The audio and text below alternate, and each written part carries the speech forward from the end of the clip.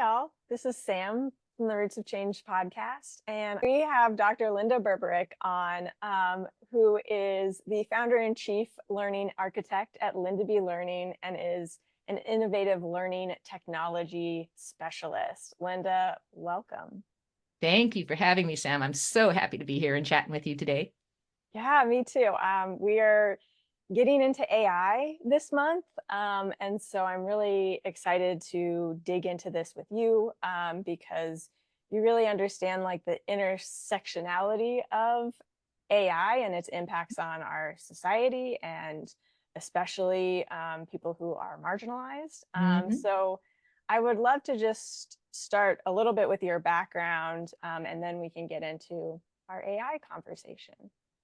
Sweet. Yeah. So um, I moved to the United States in 1991 to go to graduate school in West Virginia. It was a full ride kind of thing, a behavior analysis program. And back then as now, I was super interested in human behavior and how technology can be used to augment human development, human change, learning, all the things. I was one of those kids that always caught on to stuff really, really fast. It always occurred to me, wouldn't it be cool if the curriculum that you learn in school would just adapt to you? So me being, the kid who is like wicked smart, why do I have to go up to the grade 4 classroom, where my brother is and embarrass him? Why can't the curriculum just adapt to me? And so that was always something in my head. And then, of course, as I got a little older, and my father and I would have conversations together, and he would say, "Well, you realize you have to have standards in place. That you have to, in order to create something adaptive like that, it has to be standardized." And he goes, "Linda, there's no such thing as standard curriculum." And he says that as someone who was born in Germany, right, and immigrated to Canada. So he had a very different perspective of world events and world histories, obviously, than what I learned as a kid growing up in British Columbia in the 70s and 80s. And then even having conversations with my mom, she learned about the world in the 1950s in Saskatchewan, part of Canada. So even being in different provinces, we learned different things about history, even Canadian history. Like, for example, if I threw out Louis Riel, most Americans would not know who I'm talking about, but Louis Riel had a different interpretation if you had learned about him in the 1950s in Saskatchewan versus me learning about him in the 1970s in British Columbia. And in fact, my first encounter with him was when I was 7 years old, Canadian Children's Magazine. I'd published a poem, and there happened to be an article about Louis Riel in there. And so I told my mom about, I was just reading about this Canadian hero named Louis Riel. And she's all like, "I think you read that wrong." It wasn't until I actually showed her the article, because again, if you know Canadian history, that's where Louis Riel was executed, was in Regina, Saskatchewan. And so she learned about him as a villain. I learned about him as a hero. And therefore, at 7 years old, I realized, oh, history is written differently depending on who's the victor and who's the not victor. And so there's lots of things that are from my personal background that you would never be able to tell just from looking at me that inform the way that I think today. And I know you can relate to that, Sam. I can, yes. Yeah, and I think that's where I'm so fascinated by AI, because and I will step back. I'm not fascinated by the hype of AI. Mm, I'm fascinated by the potential of what AI could be from a, supportive humanitarian perspective, absolutely. because of the human behavior. And so I wanted to kind of start our AI conversation with like kind of a lay of the land. I know Sure. everyone has a different idea of what AI is. Mhm. There's a lot of different disinformation about AI. So like, can you give us just a brief explanation of what AI is and like what you would say the state of AI is today as we're speaking on July 2024? Sure. I'll give you my hard, no holds barred opinion on what AI is. AI is a marketing term and was introduced as such in the 1950s. What we're talking about here is machine learning, okay? And machine learning, as we know it currently, is statistical learning. Does it need to be that way? No, absolutely not. And in fact, AI is not new at all. If we take you back to the 90s and you remember the times before the internet was widely available, you would remember Gary Kasparov playing chess against Big Blue. Big Blue is IBM's AI, right? But here's Mhm. the thing about that. Is most things in life like playing chess? Right. It's No. not, right? There's all kinds of diversity of human behavior. Hmm. Not all of it is based on probability, chance outcome, well, not even chance outcome.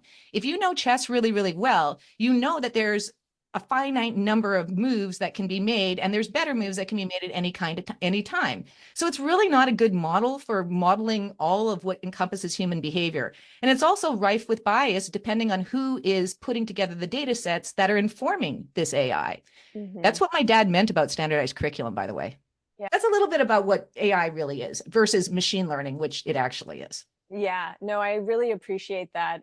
Because my next question is like, what does the media get wrong about AI? And like, as someone who has been in the marketing and advertising industry for over 10 years, I have seen AI before AI happened. And we see how all of the data that they're collecting, and the information about us and our browsing behavior, the words that are coming out of our phone and microphones, um, are all informing our online experiences. And I think a lot of people really miss that, because the hype is so hypey.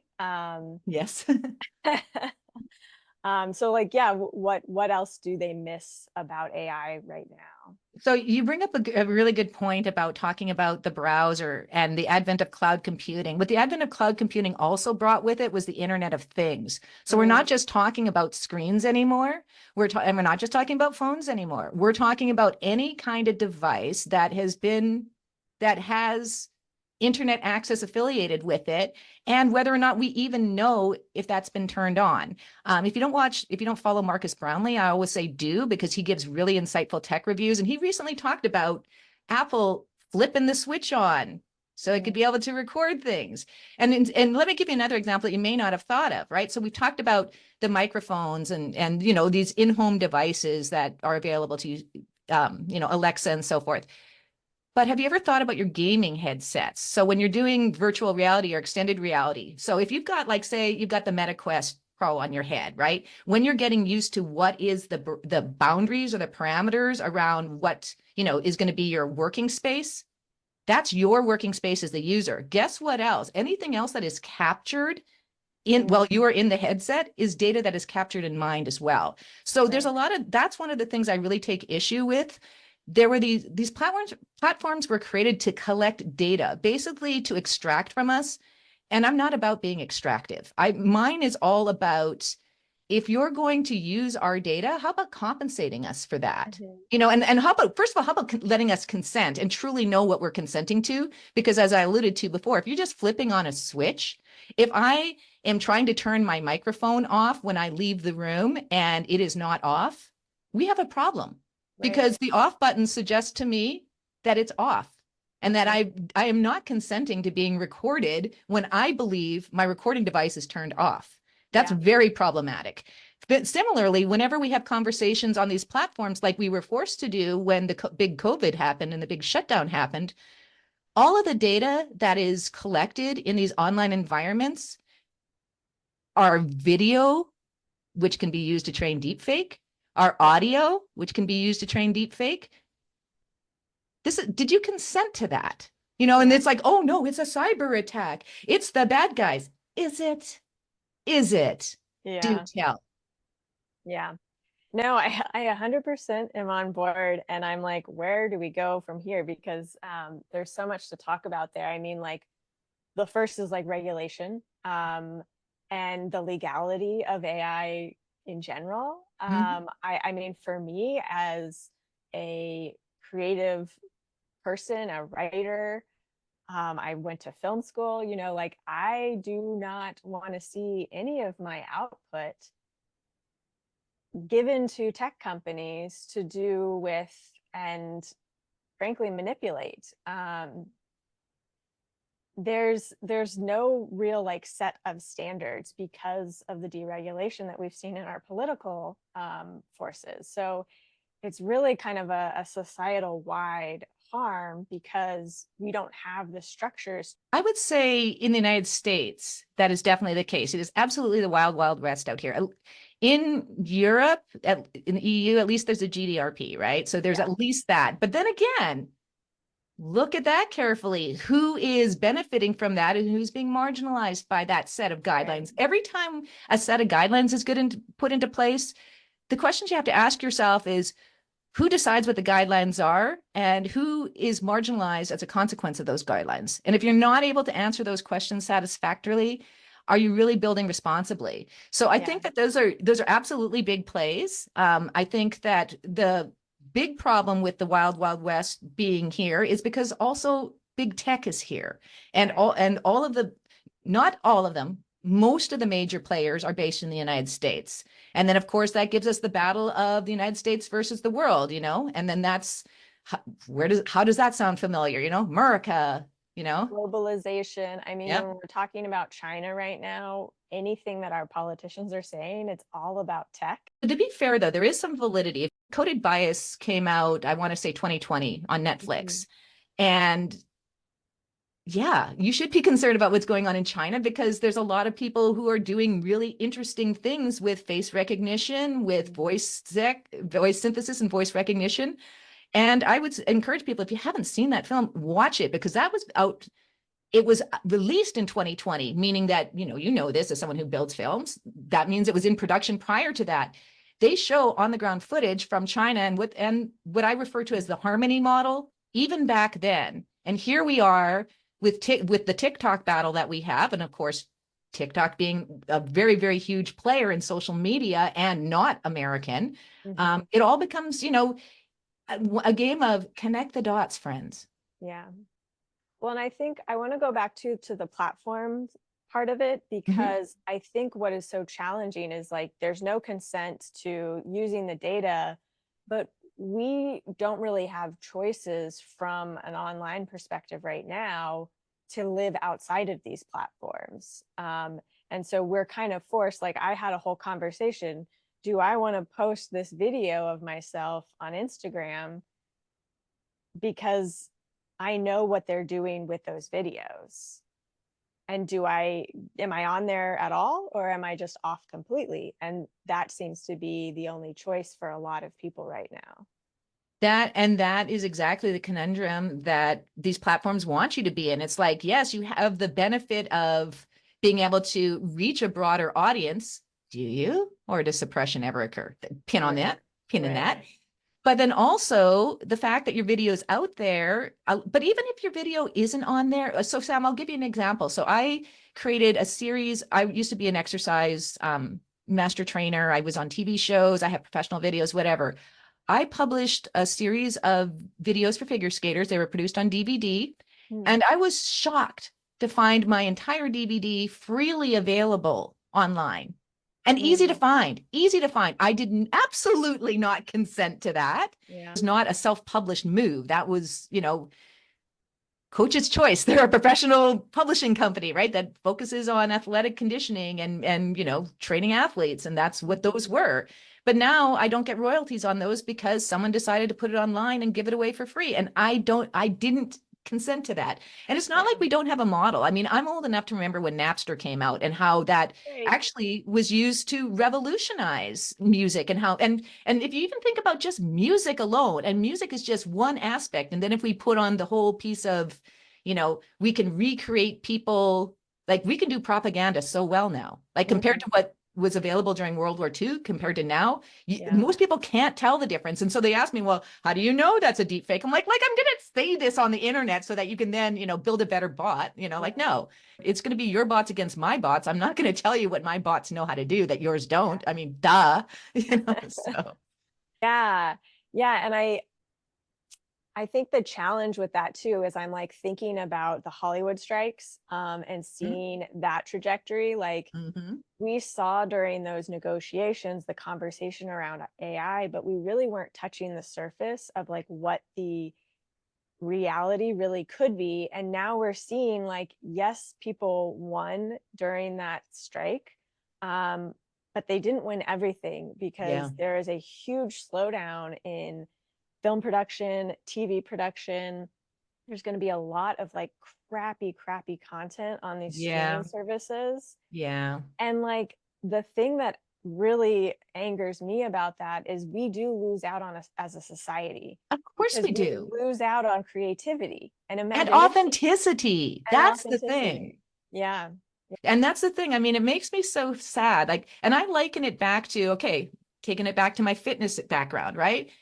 I used to love teaching at the boutique gyms, the ones that were a little quirky, a little special. So I remember Yeah. in the late 90s with the advent of 24-hour fitness and the chain gyms and what I call the McDonaldization of fitness, right? Where you're basically offering not just a chain gym experience, but even the classes that you teach. Okay. So Sam, this is a real thing. The pre-choreographed, pre-formatted classes. So someone else packages it up and says, here, just just memorize it and perform rather than, when I taught fitness classes, it's about, recognizing the people that show up in your class, Yeah. introducing yourself, getting to know them, what their background is, if they had any experience with the format before, if they have any injuries, contraindications, that you do that quickly in like 2 minutes. Like any seasoned fitness instructor will do that.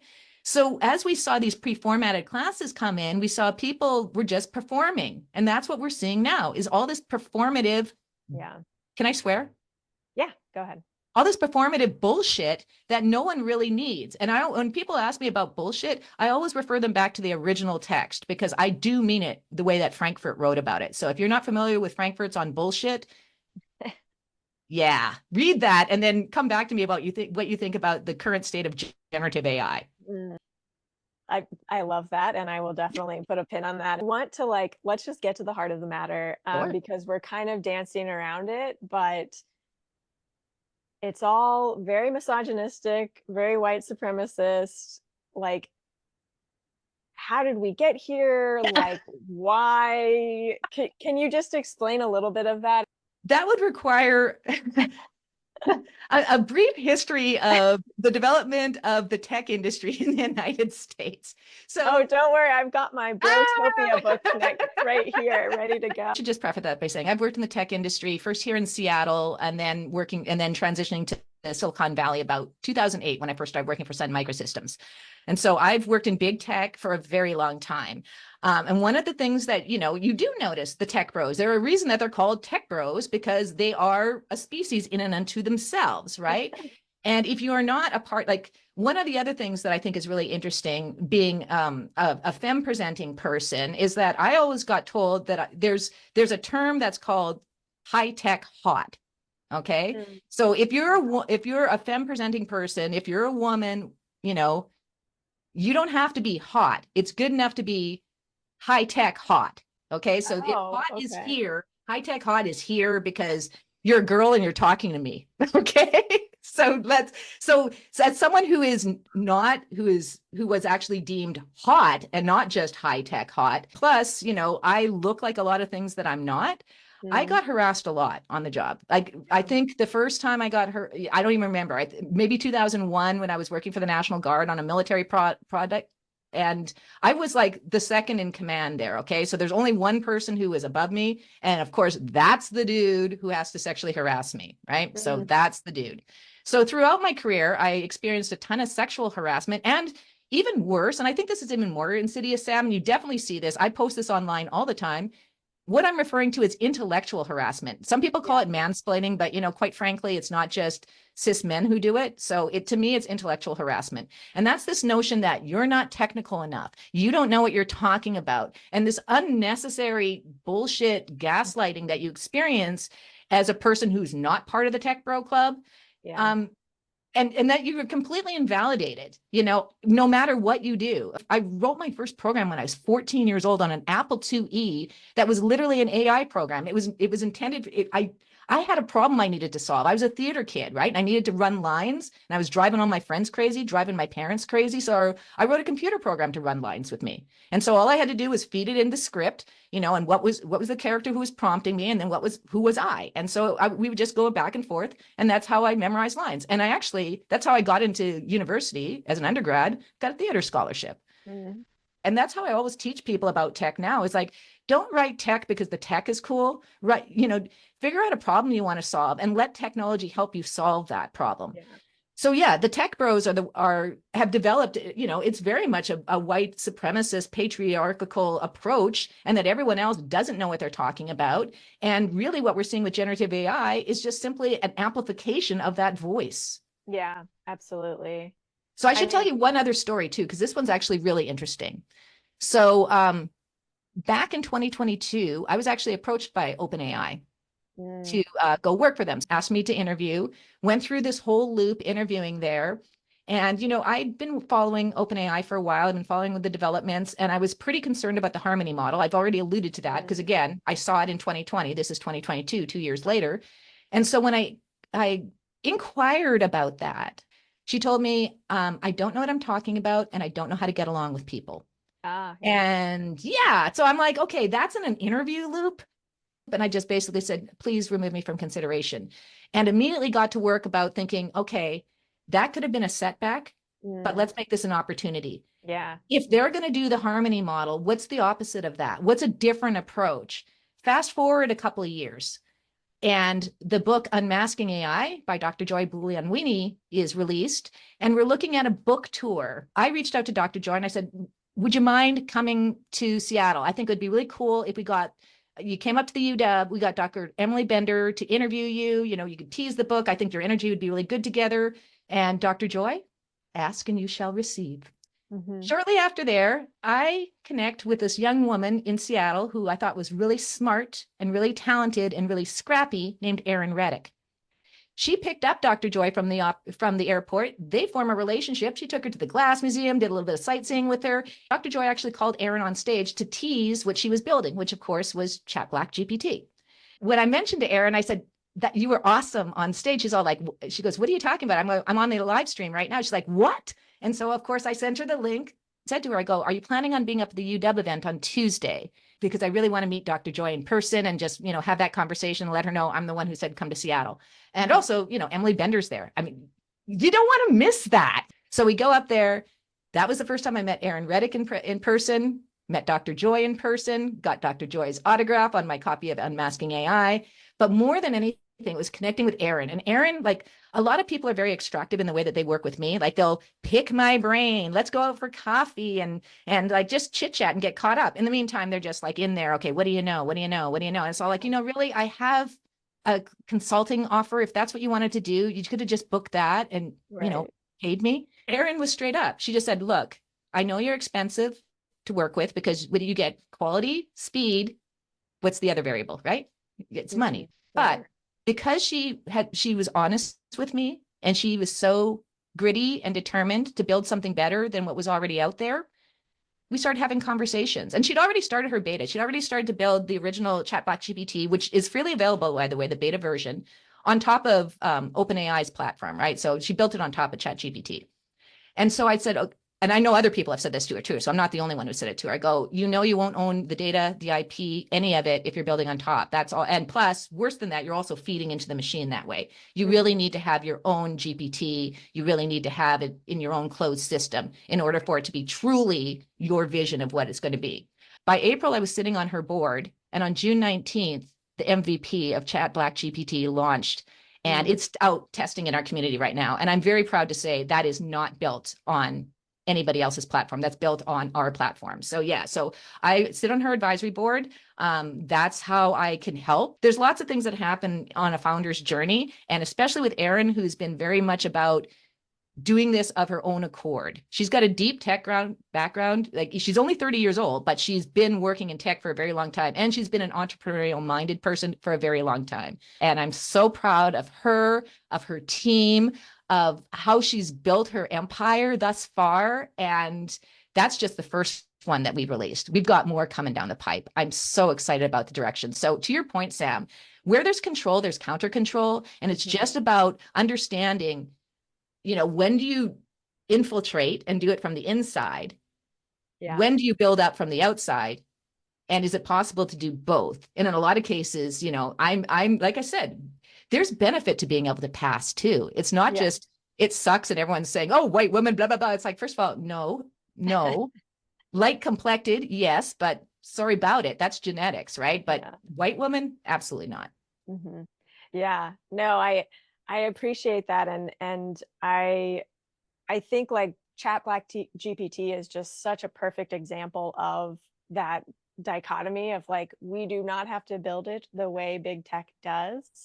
Um, and Black GPT is like, that is what it can be. Like, we can build this. We We are are. building, there we go. We Yes, are it's not building it with just good data. Black GPT is just one example. Latimer's out there, Sage is out there, Poe is out there, Pi is out. There's many, many more. Like the Black AI think tank has been popping since January. So please, there's a lot going on. And the message that I just like to tell people is you can do it. We can do it. Let's go. This is my gift to you. Mhm. Do it. Use your skills to be able to build your dream. I'm Yeah. about it. Yeah. Well, that was perfect.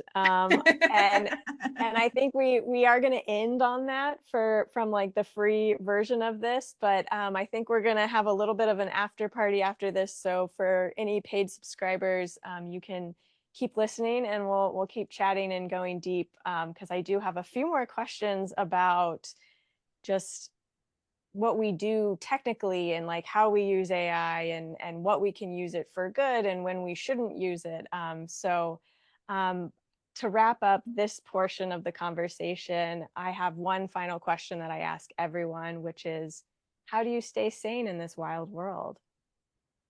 I am all about finding your own joy. RuPaul said it best. You know what I'm going to say, right? I hope so. If you can't love yourself, how the hell you going to love someone else? Can I get an Yeah. amen? Amen. There Yes. you go. Yeah. We So we are binge watching RuPaul all Pride season long here at my house. So yes. I always say, RuPaul is when people ask me what should I do to celebrate your folks, I say, okay, there's a couple things. So absolutely, if you haven't watched Drag Race, please do yourself a favor and watch Drag Race, all of it. Go back to the very first season because the evolution is so cool. But Mm, also because I'm a person who's been on the planet for many, many moons, go back and watch Queer as Folk because that mm, that series came out when I was in my 20s. And a lot of those questions, a lot of those scenarios are still in play today. In fact, interesting. we've gone backwards in some of them. So I find my joy. I am a competitive figure skater. I enjoy it. I love it. I love the feel of skating. I love how it feels in my body. And I know this because we couldn't do it during COVID for a while and I missed it so much. So figure skating is a big one for me. Gardening, like literally grounding yourself, growing my own food, you got to find the things that give you joy. So I remember like people have ripped on me for the things that I find, fun, because Mhm. people will do that. If people will try to steal your joy, but Right. your joy is for you. It's not for anybody else. So as long as you can hold on to that and keep it dear, you're golden.